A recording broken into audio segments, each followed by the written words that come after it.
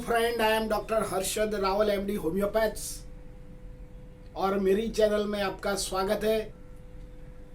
मित्रों, आज का जो वीडियो है, पोस्ट कोविड के बाद जो सारवार लेने के बाद दर्दी को चेस्ट पेन रहता है, तो चेस्ट पेन के लिए उनको वरीड होता है कि मेरा हार्ट का तो प्रॉब्लम नहीं है, कि कोई दूसरी तो तकलीफ नहीं है, कि मेरा को जो लंग्स में फाइब्रोसिस तो नहीं हो गया है। ऐसे अनेक व्याधि से दर्दी को टेंशन रहता है और सतत एंजाइटी रहता है।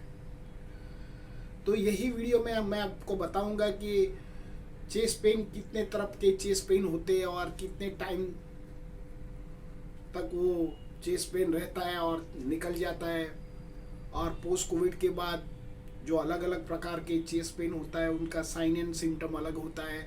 सभी चेस्ट पेन हार्ट रिलेटेड नहीं भी हो सकता है। तो आज हम ये वीडियो में टाइप ऑफ पेन्स और टाइप ऑफ चेस्ट पेन और इसकी कौन सी होम्योपैथिक बेस्ड मेडिसिन है और साथ में कौन से आपको होम मेडिसिन करना चाहिए, जिससे जरिए आपको पोस्ट कोविड के बाद जो कंप्लेन रही है तो इसको रिस्टोर किया जाता है।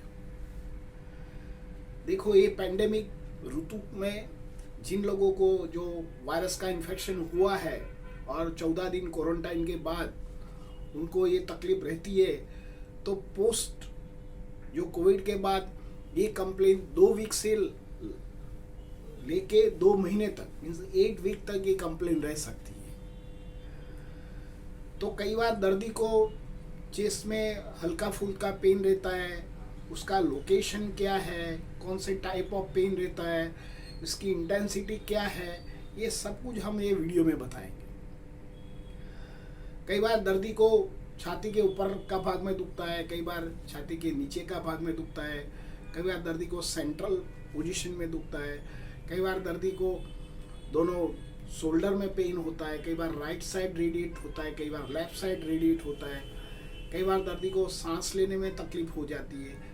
तो ये अलग अलग टाइप ऑफ पेन होता है। ये हमारा छाती से कई बार पीछे पेन चला जाता है, तो ये टाइप ऑफ पेन है। ये जो पेन होता है इसकी इंटेंसिटी अलग अलग होती है। कई बार दर्दी बोलता है कि मैं चलता हूँ ना पेन होता है, कई बार दर्दी बोलता है कि मैं बैठा हूँ पेन होता है, कई बार हमको पेन सोते सोते पेन आ जाता है और वॉमिटिंग करना पड़ता है और नौशिया हो जाता है, कई बार रेस्टलेसनेस हो जाता है, कई बार दर्दी को मालूम नहीं होता है कि भाई मेरे को पेन कहाँ है।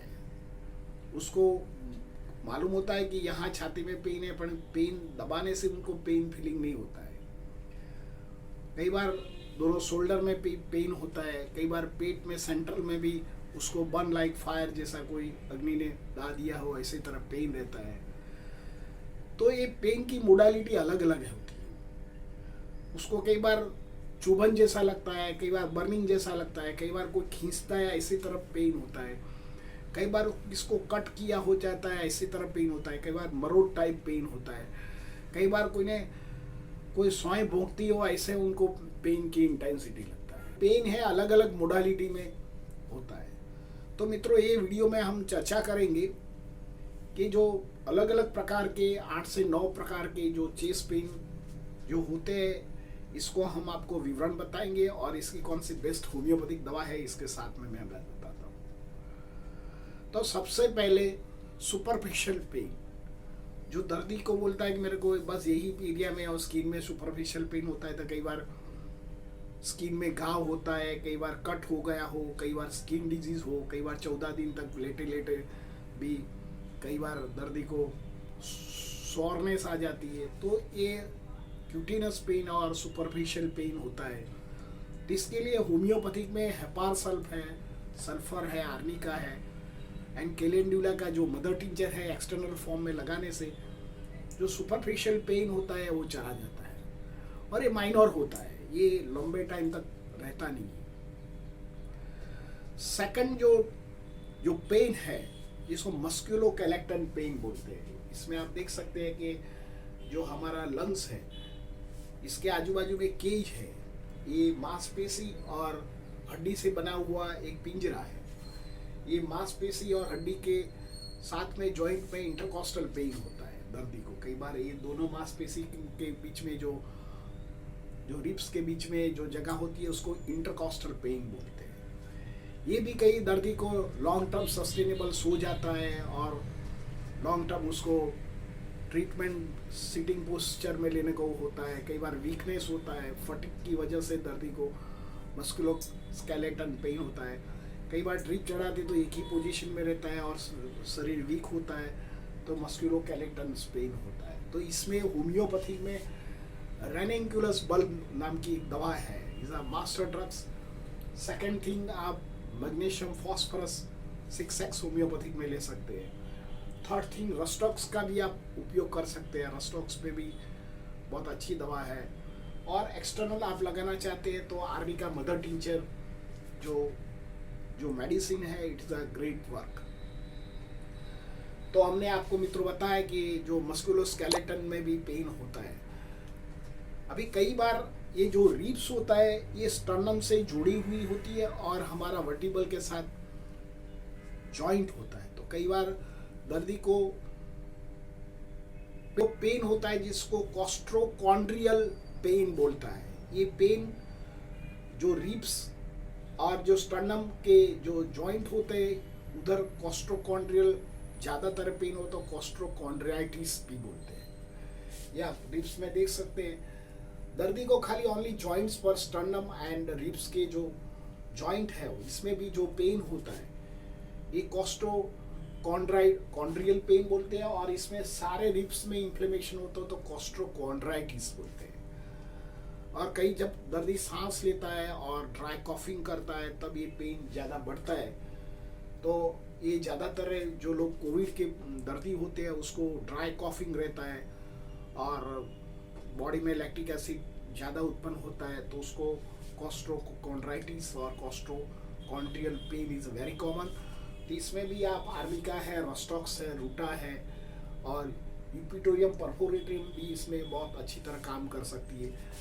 तो ये कोस्ट्रोकॉन्ड्राइटिस में आप ये जो दवा ले सकते हैं। साथ में होम्योपैथिक में आर्मी का मदर टिंचर भी अप्लाइड कर तो इसमें बहुत अच्छा रोल है।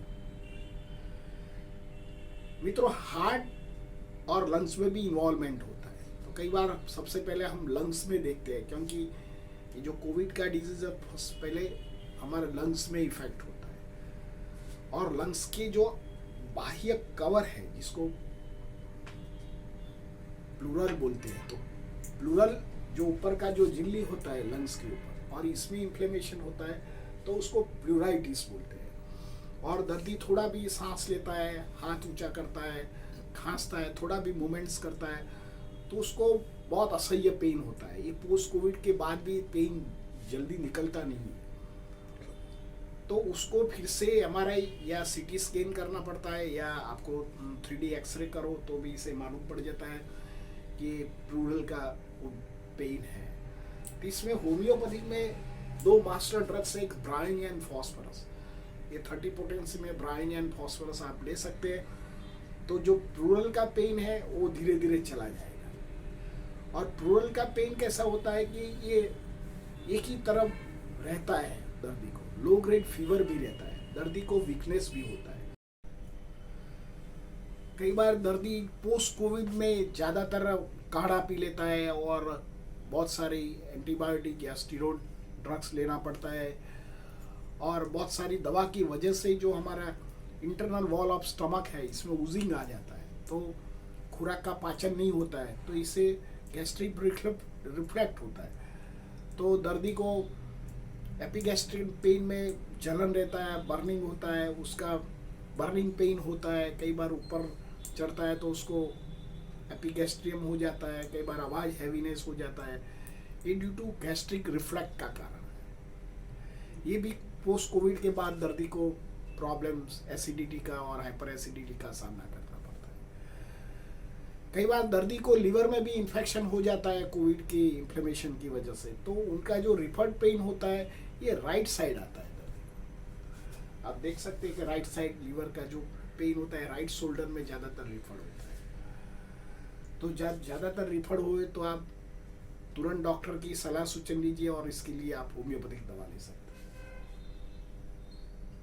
जो गैस्ट्रिक रिफ्लेक्ट है इसमें आप कार्बोवेज है, नक्स्वामी का है, आयरिस वर्सिकुलारिस है, इपिकेनम दवा है, नेट्रमफॉस नाम की दवा ले सकते हैं। और जो हिपेटिक कॉलिक होता है, हिपेटाइटिस लीवर की वजह से आपको शोल्डर पेन होता है तो चेलिडोनियम एंड लाइकोपोडियम का दवा का उपयोग कर सकता है। ऐसे तरह मेन इंपॉर्टेंट लोगों को जो लगता है कि मेरे को कार्डियक प्रॉब्लम है, तो कार्डियक इज ओरिजिनेट छाती में दर्दी को हल्का दुखता है, सांस लेने में तकलीफ होता है और इसको रेडिएट होता है लेफ्ट साइड।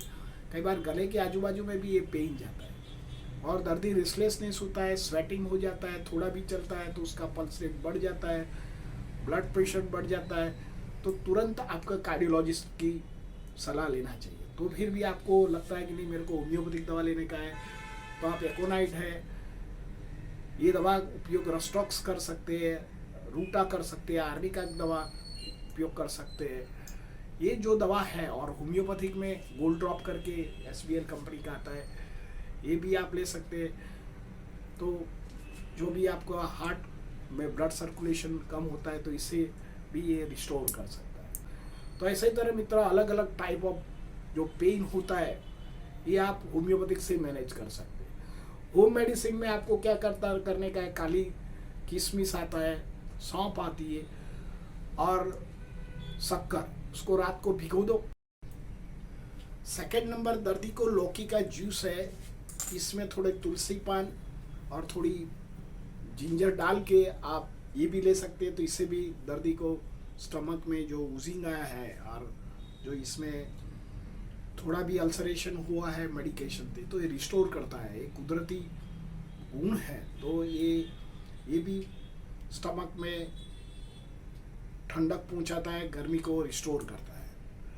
और जो भी खाने में आप हल्की फुल्की फूड खाइए, स्पाइसी है, ऑयली है, चीज़ है, बटर है, चीज़ है, सब कुछ अवॉइड कर दीजिए। एक्सरसाइज कीजिए थोड़ा धीरे धीरे, थोड़ा भी आपको लगे कि नहीं मैं 10-15 मिनट चल सकता हूँ तो धीरे धीरे सुबह दोपहर शाम को एक्सरसाइज कीजिए। खाना टुकड़े टुकड़े खाइए, थोड़ा खाइए, 2-3 घंटे के बाद और थोड़ा खाइए और खाइए, एक फुल पेट स्टमक फूड मत खाइए। प्रॉपर स्लीप लीजिए, मत घबराइए, जो होना हो गया है। और देखो ये कोविड को कई लोगों को सीवियरनेस ज़्यादा भी हुआ है और ये भूल जाइए आप, एक सपना था। और देखो हमारा शरीर, आप जितना भूल जाओगे शरीर भी भूल जाएगा। कितना भी आपने पॉइजनस खा लिया है, कोई केमिकल वाली ज़्यादा दवा ले लिया है, तो नो वरी, हमारा शरीर में उसको पाचन करने के लिए बहुत एंटीडोट बहुत पावरफुल है। मन को हर रोज़ आप मोटिवेशन कीजिए कि मैं इसमें से अच्छी तरह पास हो जाऊंगा और फिर से मैं फोर्सफुल काम करूंगा। तो मित्रों ऐसे घबराने की ज़रूरत नहीं है, ऐसे तो वायरस भी आएगा और ऐसे ही ट्रीटमेंट भी लेना पड़ेगा। और देखो ये शरीर कोई पत्थर नहीं है, ये जीवंत ऑर्गन है, तो कुछ तो होएगा। लेकिन कोई डरने की ज़रूरत नहीं है कि आपका फ्रेंड को नहीं हुआ और आपको हुआ है, उसको भी हो सकता है। तो मित्रों ये आपको ये जो पैंडेमिक ऋतु में टाइम में एक ही मैं आपको सीख दे सकता हूँ कि देखो लाइफ में कोई भी पैसा है, कोई भी जायदाद है, वो काम नहीं आती। ओनली आपका हेल्थ ही आपको सपोर्ट कर सकता है। अभी तक आपने कोई एक्सरसाइज नहीं किया है, प्राणायाम नहीं किया है, चला नहीं है, वेट कंट्रोल नहीं किया है, तो 2 महीने के बाद फिर से हमारी लाइफ स्टार्ट कर देते हैं। और जब से हम जागे तब से सवार मान के मन को मजबूत कर दीजिए। और ऐसे छोटे मोटे चेस्ट पेन से बिल्कुल नहीं घबराओ, क्योंकि 8-10 प्रकार के चेस्ट पेन होते हैं, तो इसमें भी आप बाहर निकल सकते हैं। मित्रों मेरा ये वीडियो आपको कैसा लगा, अच्छा लगा हो तो आप लाइक कर दीजिए, शेयर कर दीजिए। धन्यवाद, थैंक यू।